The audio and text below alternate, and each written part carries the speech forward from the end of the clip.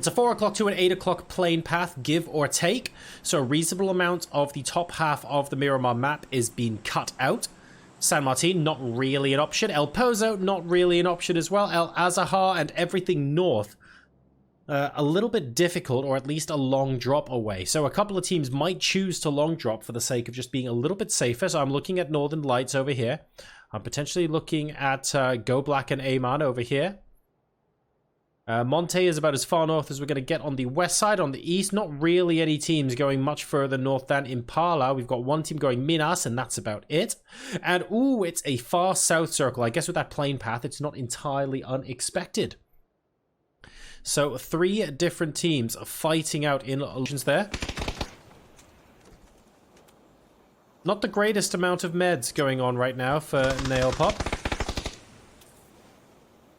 Hellsnipe will get taken down by Crepper. That buys Nail just a little bit of time. Good nade onto Hellsnipe. Actually, he could have stayed behind that wall, but he just didn't want Nail Cop to get line of sight. Nail Cop goes down now. Exens could be in trouble to Grover. Grover gets the M4 spray and will actually get the finish as well. Crepper coming in now. Wadez is back up and is rezzing Hellsnipe.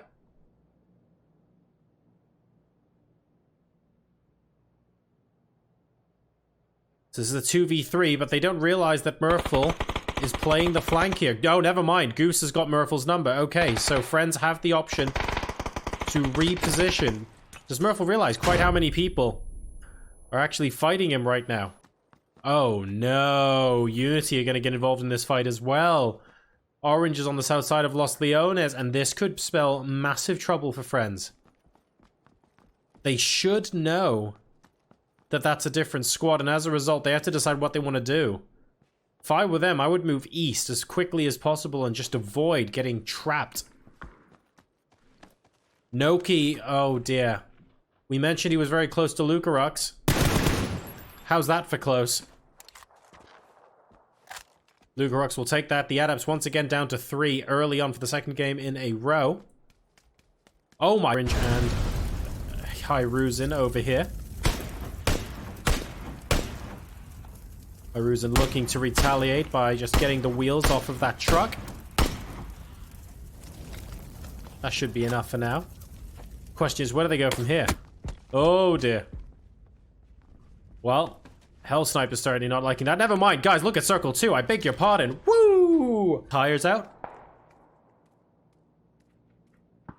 ITHR have been heard. Not necessarily spotted, but certainly heard so far. And yeah, Unity are just moving in on foot. Friends are actually going to be following Anorak down south. Well, style is bad. Okay, I take that back. Style is bad. This car's about to blow up. Oh dear, oh dear, oh dear. That's 1 down, that's 2 down, and suddenly they are in significantly less of a party mood. Alec manages to just about make it out of the Venga bus. However, DNKK with a potentially excellent Molotov. Not going to be needed, actually covering the tracks there. The body actually rolls into the fire. That's about as good a molly as you can get, really. Short of hitting them. And ITHR will absolutely wreck Anorak. Now, guess who is coming in exactly the same way? It's Team Friends as well as I, the Storm, who are right behind them. Oh me, oh my. Here we go. Lots of bullets coming the way of Insides. I don't want to say he's gotten away with it yet because Wadez is right here. And, ooh, that's some great airtime on that Murado. Can we pause and appreciate the airtime there? And a great follow-up. Unbelievable there. That was like the first 5 bullets of the spray getting Hurricane. Wadez is an absolute beast. He's getting shot, though. Got a headshot from somewhere down the line. And it's going to have to move further down. No, he won't be able to make it. Oh dear, either Storm eliminated.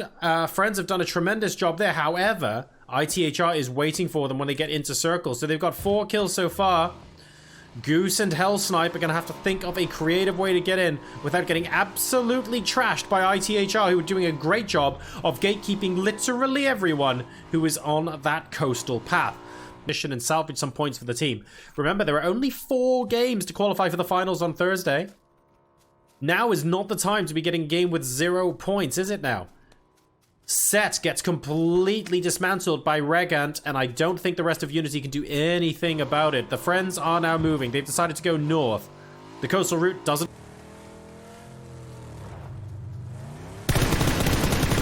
There's Sunzi, and that's the headshot that brings down a teammate. The bike's coming in, though. Sunzi securing the point. Goose deciding not to take on Sunzi at this time. Sunzi just going to be grabbing the meds and actually taking the Murado for himself. We're going to stay on Sunzi, I think.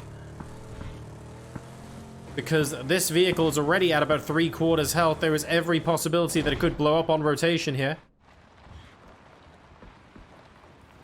ITHR very close by. Goose inside the compound. Sunzi having to use the Murado as cover. And unfortunately, they're not even in zone yet. There's ITHR. Sunzi's in trouble. Sunzi's down. The Adepts eliminated in 13th place with 2 kills. Not the kind of start they were looking for. Northern Lights, by the way. The points leaders after game number 1 by... Don't quote me on it, which means it might have had an AUG. Powers of deduction there. We'll see how well they go. So Northern Lights safely into circle. Goose stuck in that compound and needing to move. ITHR, they've got a lot of kills this game. That's 7 so far. Fighting the Southern Edge vehicle. They don't want to get stuck. This is phase 4 and they are outside the circle. Unfortunately, off-roading in a Murado is not the most pleasant experience you could possibly have in PUBG. I think a lot of people will tell you guys that.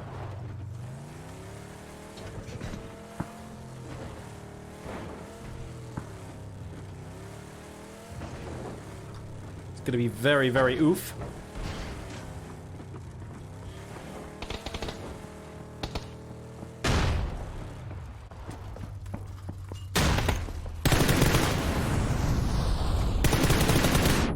Big fight, Pepe onto Northern Lights now. Trading, perfect, going down. This is extremely close quarters. High is about to go down, though, unfortunately. Down to about 5% hit points, and Oimao is seriously struggling. Taking some refuge behind the hay bales here. It's a 2v3. Spyro the Demon Batchelins now pushing up. High very close by to Batchelins, and they will go down. Actually, thanks to a third party, High got taken down there by Andrew. And this leaves Oimao. Oimao spotted by Spyro and dispatched by Spyro. The Northern Lights up to 4 kills. They've lost one of their team member, unfortunately. And they are a little bit under attack by the guys north. These are the monkeys. Their hands are bananas. And JB Solomon, thank you so much for the Twitch Prime sub. The surprise button, I guess I'll take that. Much appreciated. I want as many surprises. They had sight of Northern Lights here, but I guess they do. Yep, okay, fair enough. Spyro's got to make a decision to move on. No, never mind. Batchelins is absolutely laying down the cover fire. They're going into the monkeys. Second member spotted, second member knocked. Haiku spotted in the distance. They're in the blue. Monkeys go down. Haiku combining with Northern Lights to take out Monkeys, the team in the middle. I feel really sorry for Monkeys in that position. It didn't feel like they did that much wrong. So Northern Lights and Haiku will be able to pick a couple of extra points. That's 6 kills now, and we are into our top 10 teams here in game number 2. Northern Lights still need to find a safe way into the circle. Etiquette doing a lot of damage on them. Moving ahead on Code Marco now.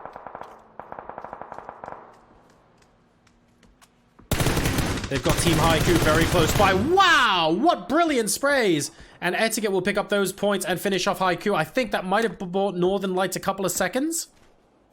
Maybe. They still have to decide how they move into the circle from here. The 2 compounds, they're going to have to move straight in past the Rozhok Roosters. I don't really see a way around. Unless they all get vehicles and somehow manage to go through other teams. They basically have to go through the Roosters right now. Maybe they can hug this edge here. That's Goose down from ITHR. So that's the Friends out of the game in 9th place. We're now into our top 8. So let's see where the points are going to go. Remember, Northern Lights, 6 kills. Still with 3 team members left alive. Basically deciding whether or not they want to be fighting the Roosters. If there's an opportunity, they will take it, but I'm not sure they can spy one just yet. Johnsy gets a couple to the face. That'll certainly alert him that someone is here. Zacho is the player I'm a little bit worried about. Off to the right-hand side. Not necessarily on Batchelin's radar. Just quietly in these crates. That could end up being the difference here. This could be the spoiler maker. Zacho right here. The Deep and Bachelins are getting within footstep audible distance now of Zacho. Zacho will know that this could actually be the difference between winning and losing this fight. KMK goes down now. The Roosters will know that people are here. They shouldn't be losing people to Nox. While Zacho is here feeding them information. Bachelins is right on top of him. And the Deep, just the other side of the vent. He's going to hop through. The moment the Deep hops through, I think that's when Zacho is going to knock and kill the Deep. The question is, does Bachelins get the trade? The Deep with a beautiful knock onto Kulamenta. Kulamuna even. And Jonzi goes down as well. Zacho going in for the Deep. The Deep does go down. Bachelins will trade. Excellent frag to finish off the Deep. But Nico is the last surviving member. And as a result, Spyro and Bachelins are going to move on in. Etiquette gets the third party onto Spyro. Helps the Roosters a bit, but it won't help them enough. Nico goes down. And that is the Rozhok Roosters out of the game. Northern Lights up to 10 kills, but at what cost? Is Bachelins the last standing member? He is confused by this, but this is a great move by Bachelins to try and get Quetpa to think he is somewhere that he is not. You can just see from where the grenades are going down. That is excellent. In the meantime, we have Redline EU moving up against Regan. Regan basically purely in the open there. That was always going to be very difficult. Managing to at least get one knock, but one knock is about all they're going to get. The question now is whether ITHR are going to be playing spoiler. Bachelins now about to go down. And manages, I think, to get one more kill. But, and a knock, actually, onto Quetpa. Quetpa will be able to get resurrected. Now let's watch ITHR take on Redline. Box Bob opens up by taking out QB. The trade happens onto Triaz. Luca Rooks very close on the left-hand side of DNK. DNK hasn't spotted him, and that's going to be costly. That's the insta-knock. Luca Rooks going with a beautiful frag grenade. Will almost surely finish him off. That's it. Very nicely done. Redline are now thinking about jetting. Luca Rooks gets down, though. That's going to scupper their plans. Marv is going to have to get a very quick res up because the blue zone is moving towards them. And this now means Evas is in an awkward position right next to Unity. And Hyruzen's hiding spot has been spotted, unfortunately. He does get taken down. But not before Etiquette finish off Evas. So Redline down to 2 players. ITHR, are they down to Box Bob? They are down to Box Bob, but my goodness, they are fragging out. 13 kills so far, and they're in the top 3, so it's ITHR, Etiquette. Possibly they're going to be the ones fighting next, because Redline are just going to be chilling out a little bit. They've only got the 7 kills as opposed to the 13, but they have got 2 people left alive. Very high scoring game. Wow! Insta headshot from Quetta onto Luca Rux there. No hesitation whatsoever. Mob might actually struggle to deal with this. Mollies and nades coming out. Luca Rux deciding to sacrifice himself in the road. Just to try and get a little bit more in the way of information. But unfortunately, Marv ends up dying. He is in the blue. No real way to come on out. So just denying the point there. And Etiquette are going to be fighting Box Bob from ITHR for the winner's spoils here in game number 2. Box Bob looking to maybe try and find a way to get north of the road. Unfortunately, just behind this little ridge. This means there could actually be a 1v1 scenario if Box Bob is able to move further. Quetpa goes down.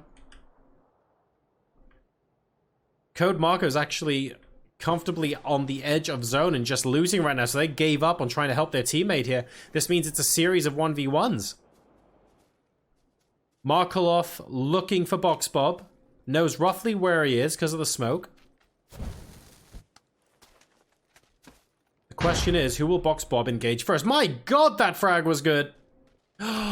Is that follow-up frag going to be good enough? Okay, no, it's not quite close enough, but that was very nice. Box Bob using the tractor as cover there. We saw this very tractor actually being used for cover a little bit earlier on in the game. Box Bob just going to be grabbing a few extra meds. He's been using quite a lot of them of late.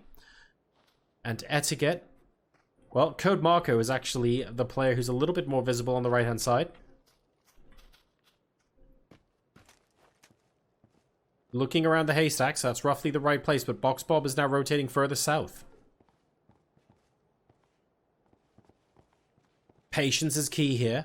There's a full 2 minutes. I think Box Bob will still be forced to move, though, before Code Marco, unfortunately.